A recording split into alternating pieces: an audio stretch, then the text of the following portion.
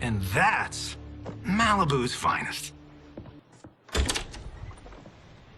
What in the actual fuck?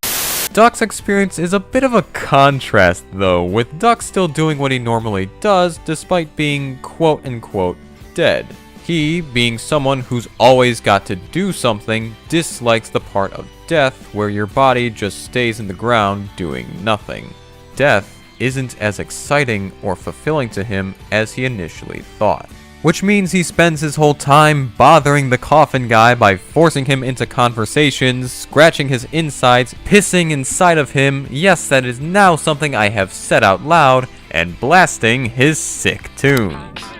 Where did you get that? What is this? I made it myself. Okay. On the computer. One murdered coffin later, and we're back to the norm. Duck is back, reeking of piss and readier than ever to resume his life. But then he meets his replacement and handles the situation by... Well, now there's 4 of us. There's one us, look closely, you will see. Sometimes we have too much fun, we have to go to bed. Huh. I guess the newspaper was right in the end. Duck is definitely dead. Funny handshake song for the credits. Go! When you meet a businessman, you must shake him by the hand. Obsessed with death too much, and you'll end up stripped away of everything in life. Obsessed with life too much, and you'll never be able to accept the way things need to adapt after a death. In other words, death isn't something to look forward to, but utterly detesting it will only make life harder and give the loss of other lives a more damning impact. We need to allow ourselves to come to grips with deaths in a healthy manner. Otherwise, we won't fully be able to continue our own lives. But most of all, when you meet the businessman, you must shake him by the... Okay, who wrote that into the script? Fox, I know how you can beat that rat. How, Pepe? How? It's very simple, Fox. You've got to do a barrel roll. You can't be serious, Pepe. Do you really expect me to? Do a barrel roll. I seriously doubt that's going to. Do a goddamn barrel roll. You know what? Fine. Hiya! That worked? That worked. You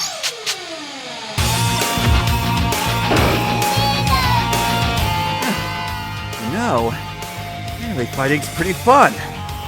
You guys think I can surpass the very best? Not in a million years, Fox. Did you do a barrel roll yet?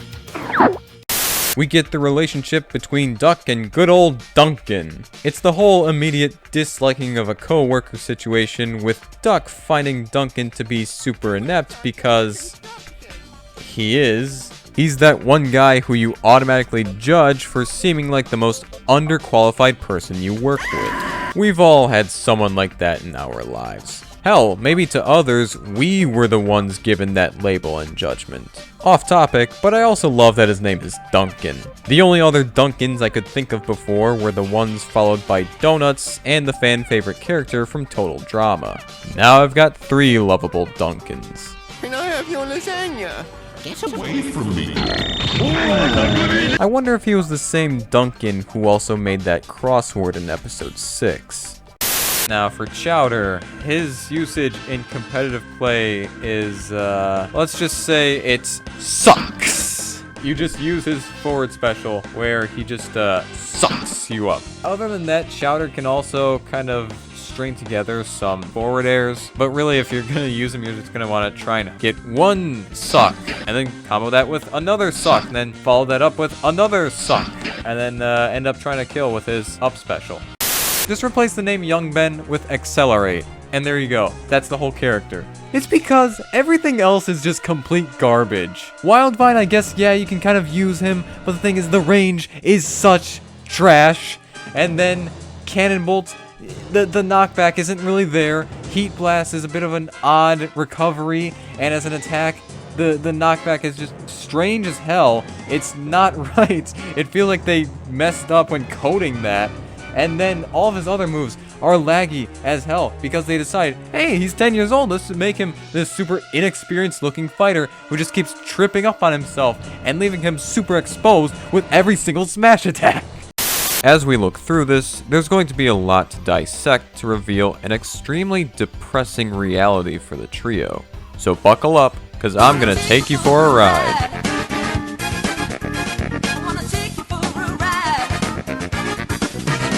I fucking hate this song, by the way.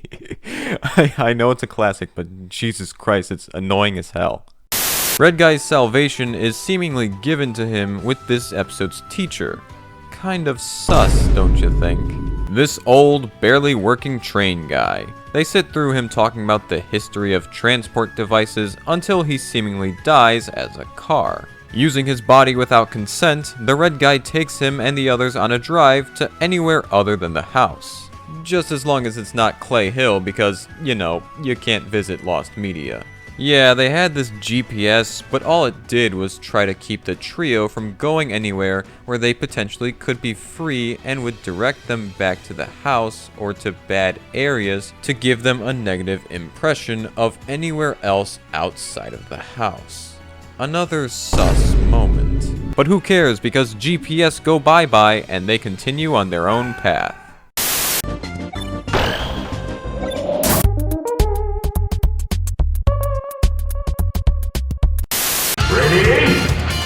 Look into my eyes.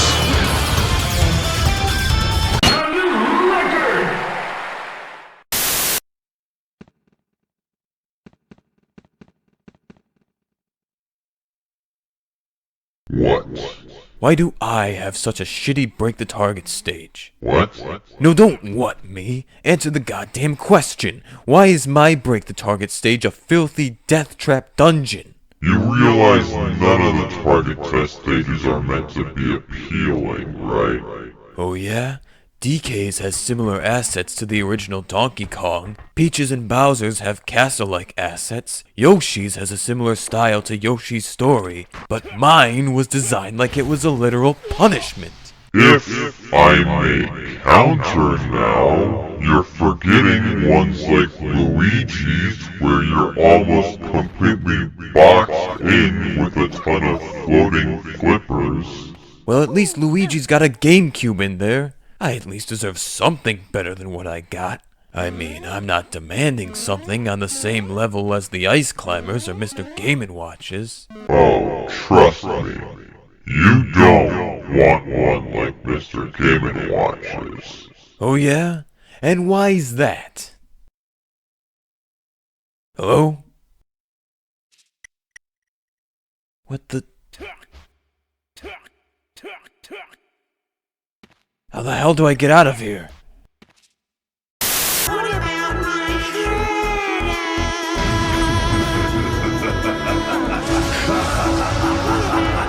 My personal shredder.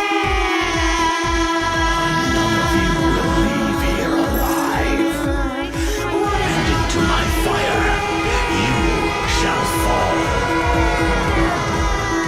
You may have noticed that I've been talking about the Don't Hug Me I'm Scared TV series a lot. And of course, with that in mind, it made me want to go back and analyze the most disturbing English web series on YouTube. Yeah, you all probably saw this coming.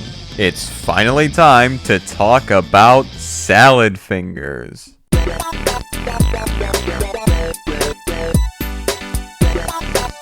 Let's look back at the history of Mortal Kombat DLC guests because there are actually some patterns we can see. This leads us all the way back to Not You, Mortal Kombat 2011. This was the start of guests popping up in Mortal Kombat. I said Not You. Seeing the past patterns, each game seems to have some kind of theme for guest characters, with one character being a light outlier to somewhat foreshadow the next game's theme. Freddy Krueger foreshadowed MKX's horror theme, The Predator foreshadowed MK11's action theme, so who's the outlier in MK11 and what could they be foreshadowing? I'd argue MK11's biggest outlier to be Spawn. Yes, he has still had violent action movies, one with a CGI cape, but he's still more well known for comics than movies. The Joker too, but he's got a lot more of a movie presence because of just how many movies he's shown up in. This led me to think that MK1 would focus around violent comic book characters, at least before the first DLC pack's lineup got leaked and then officially announced. And wouldn't you know it, that idea still holds strong. MK1's first combat pack will give us Peacemaker from DC, Omni-Man from Invincible, and Homelander from The Boys, all of whom made their debuts as violent comic book characters who later became more well known through TV adaptations of their stories. Man, I'm good. So you know Vlad the Impaler? Yeah, that's this dude. It's just that now he's an ultra-powerful vampire who hunts the supernatural. He also has a tendency to look either super badass or hilariously goofy anytime he's on screen. The hype train wouldn't end there, though it felt more like getting off at the wrong stop and having to walk the rest of the way to the destination, with most of that experience being nothing interesting. Sure, some cool stuff here and there, but yeah, mostly nothing. Renee Jacobs didn't reprise her role as April, now being voiced by Abby Trott, aka the vocalist who performed Smash Ultimate's main theme, Lifelight. Why neither Nick Allstars nor TMNT Shredder's Revenge got Renee Jacobs back is unknown. I recall hearing she retired from voice acting, but I couldn't find any concrete proof of that. Nice argument, Senator. Why don't you back it up with a source? My source is I made it the fuck up. The soundtrack. It kinda sucks. They tried making tracks that fit with the musical style of each show, but most of them sound super generic and like white noise when fighting. Sure, some like Jellyfish Field, Sewer Slam, and Ghost Zone are rather decent, but then you get ones like Western Air Temple and Rooftop Rumble that sound so bland. Or ones like the Flying Dutchman Ship and The Dump that use stock screams as part of the tracks. Or ones like Glove World that...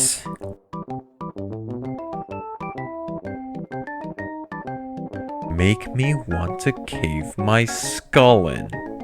Apple. When Sakurai rejected him for Smash, Ludosity said, "Fine, I'll do it myself." Star. He was known as the worst character for a while because his moves have a lot of startup and end lag. Speed up, Tubby.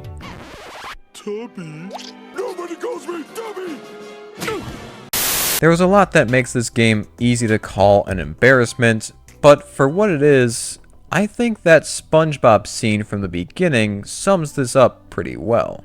It's ugly, flawed, messy, but it's also proud of what it was able to be with all of the issues it had to overcome. With all of that in mind, I feel comfortable saying that this game... That's right, folks. Longtime owner Mr. Krabs is opening a new restaurant called the Krusty Krab 2. Hello, I like money. What inspired you to build a second Krusty Krab right next door to the original? Money. Raph has become the Night Watcher, a motorcycle-riding, chain-swinging vigilante. I wonder if this is what Corn Pop saw when Joe Biden got himself his rusty chains. Corn Pop was a bad dude, and he ran a bunch of bad boys. You may cut me, man, but I'm gonna wrap this chain around your head.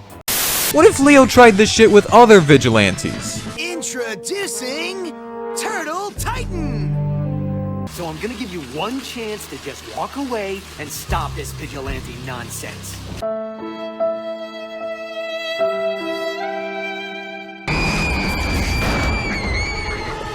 Hang on, Mary Jane! So I'm gonna give you one chance to just walk away and stop this vigilante nonsense. He's a menace to the entire city! I'm gonna put some dirt in your eye. So I'm gonna give you one chance to just walk away. Is this guy still bothering you? Nonsense. This is followed with Raph desperately chasing after them until he can't keep up anymore, losing Leonardo yet again.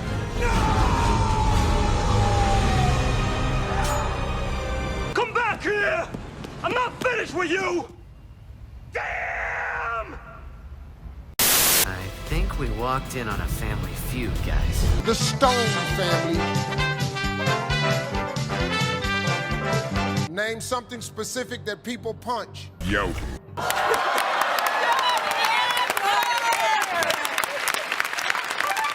Survey said.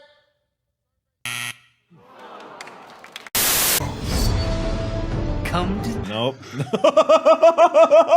You're not making a case for yourself. Daddy. No! Was that just, did you just unpause and it was just daddy? God damn it. This is really cool though. The setup of the Swordmaster Turtle arming himself with a shit ton of swords. I can't wait to see what he ends up doing with all of these. Night Watcher never got to use his chains except for 2 panels in a cutscene. So no one could tell that the Psy-wielding vigilante was Raphael? Frickin' clown shoes!